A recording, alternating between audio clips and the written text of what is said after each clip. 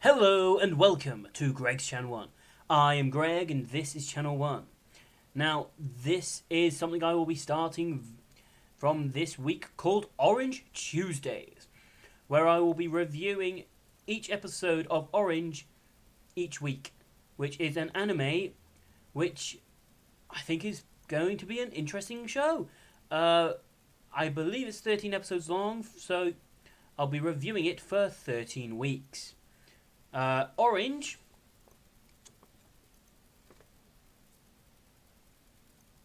is a slice of life anime that I decided I was going to watch for the first time last night and watch the first episode and see what I thought of it. Now, let's just go through and see what I think. So, one of the big things that as you know, if you've been watching any of my anime off episodes or any of my videos where I've reviewed an anime, I like the opening themes. If the opening themes are good, it puts me in a good mood for the next thing, for the next part of the episode. So, episode 1 of Orange, letter 1. Let's get right into it. It's got an amazing theme. The theme is absolutely beautiful. If you want to give it a listen, type in Orange anime theme in YouTube, and listen to it. I think it's called It's by Yu Tanahashi or Tanakashi or something similar to that. And by God, is it good! I was very impressed with how good it was. I wasn't sure how I would feel about it. Sorry about this, guys. My camera's been having a bit of an issue. The art style, I really love the art style. It looks beautiful. It looks fresh. It looks almost like they're trying to make it look good, which is something that every animator should do. Is try to make their anime look good, make it look smooth, make it look beautiful. That's something that I feel that every animator should be trying to do, because then it brings something to the viewers. The viewers can enjoy it, and you can be happy watching the show. So the animation, it's really smooth. It looks so freaking smooth. It opens up with a nice and simple introduction to Naho, who is our main character. It's a letter from herself 10 years in the future to herself now, which initially I'm not too sure on the premise. I'm not sure I like it yet. I'll see how it's done over the next couple of episodes, and I'll give you my opinion on it as a whole. I'm not quite sure how I feel on the premise at the moment, but the basic premise is 26-year-old Naho has sent a letter to 16-year-old Naho telling her to do a certain thing, and that all these things will happen, etc. on this day. You get a great introduction start with the show where you got all these characters, and then you get a moment where they meet up with a new kid from school that's just arrived at the school. They go off, and just as they're about to go and have some fun, they start introducing each other, and then they start calling nicknames, and it starts getting overwhelming. And I found that quite hard to listen to, because I was trying to follow the conversation, and I couldn't do it. I found it really hard. But I'll actually just say about the other characters, so then you know who I'm on about. We've got Kakeru, who is the transfer student character. We've got Hagita, who is the guy with the glasses. You've got Chino, who is the black-haired girl. Suwa, who is the leader, the ginger. And you've got Azusa, who is the blonde crazy chick. And then you've got Naho, who is the main character.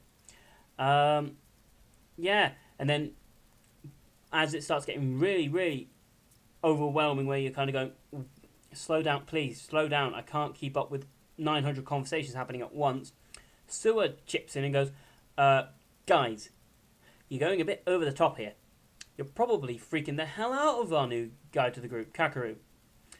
And I like the fact that they had him acknowledge how overwhelming the intros were.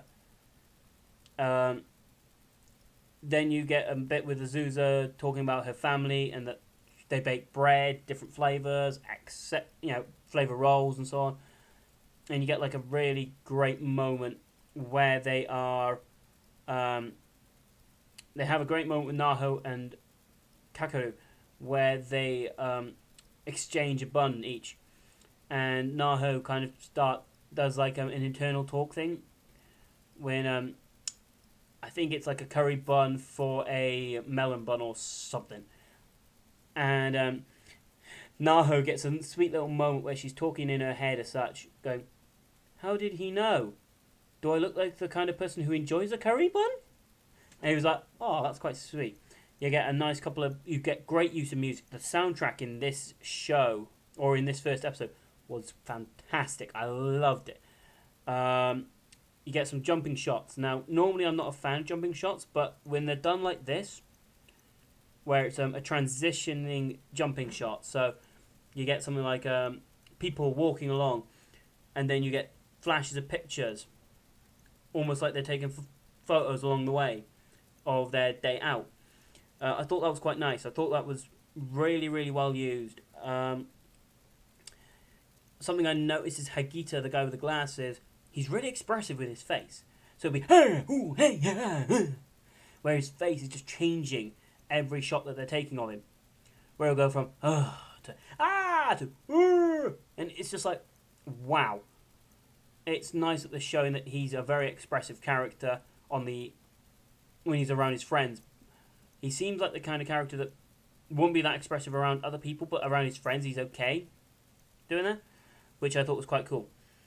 I'm not sure all the voices fit the characters at the moment. I'll let you know on my opinion as I get through some more Orange Tuesday episodes. Yeah, everyone seems to have a role in the group, which I quite like. You've got Suwa as the leader. You've got Naho, the sweet, lovely girl. You've got Chino, the quiet, nice girl. You've got Azusa, who's the crazy maniac. You've got Hagita, who is the brain box. And then you've got Kakeru, who's the new guy. And I kind of like that. The fact that they've got a bit of a structure of how the friendship group works. Because most friendship groups have that kind of dynamic to a degree. Where, there's normally a leader. There's normally someone who's a bit more intelligent than everyone else, etc. Then they finish their day. Naho's writing in her diary, and realizes that the letter she got earlier after she'd read it, there's a link. She's pretty much written everything that her letter tells her is going to happen. And you go, oh, I like that link. I like it. Because by that point, you've even forgotten about the letter. I think the premise could win me over if it's done correctly over the next couple of episodes, etc. I really think that at the moment I'm not sure I like it, but we'll see where it goes from here. There was like a random time skip of some sort for I think it's about 2 weeks, they say, a little bit later on, where Kakeru just doesn't show up to school. And yeah, you learn a little bit about Naho. She's very good at softball, and they want her to play as the pinch hitter. Because there's another part to the letter that says that she'll be asked to do it, she'll refuse, and she'll regret it later. Because Azusa will go up, strike out, and the team will lose. And it's almost like she's saying that, you'll regret it because you'll feel guilty because you could do it. Which they hint on and they address later on. Yeah, you see that Hagita's a terrible soccer player, and Suwa is an amazing soccer player. Now, I'm not a huge fan of using the word soccer. It's football. I'm sorry, it's football. It's not soccer. Soccer's for the Americans and everyone else. Football is where it's meant to be. Yeah, it feels really realistic the way that the interactions feel. They feel very real and feel very much like they should do, if that makes sense. Which is what makes the premise kind of irk me a little. Naho learns from the letter's advice of, don't let Azusa take the fall and have everyone lose. You know you can do it. Go and do it. They have another amazing moment with Naho and Kakeru where Kakeru's treating Naho's foot because she's got the wrong size shoes for PE, and she says that she'll endure. She'll endure it. It's only for PE. Everything will be fine. And then Kakeru comes out with a line that I thought was beautiful: "Endure too much, and it will be your loss." And Naho then cuts back at him with, "So long as it's only me that loses out, I don't care," which was beautiful. Because you see that moment where Kakeru kind of goes, "Wow, she really is unselfish." She's willing to let other people be happy for her. And then you get like a nice little transition between Naho at 16 to Naho at 26 when she's reading a part of the letter that says that Kakeru will no longer be with them 10 years in the future, and that she needs to make sure that he's looked after. And you got like this sakura cherry blossom leaf floating through, and it transferring to the Naho of 26 years old, where her and Suwa have a child, and they're looking over the over this kind of nice meadowy field. It was beautiful. As a whole, I thought the episode was good. It's something that I think has a lot of room for improvement and could be amazing if they can get this premise thing. And like I said, I think it could win me over in time. I'm just not sure I like it at the moment. So at the moment, I've rated episode 1 at 3.9 out of 5. It's got a lot of room for improvement, and I think it could do it. It's got potential. Let's just see what happens. Anyway, that is the first episode of my Orange Tuesdays. I hope you guys have enjoyed the video. If you have, thumbs up, always appreciated. You can subscribe if you want to over here or over here. Leave your thoughts and opinions on the episode down in the comment section below. I hope everything is alright. Wherever you are, have a lovely day, and I will speak to you soon. See you tomorrow for Monster Wednesdays. Bye.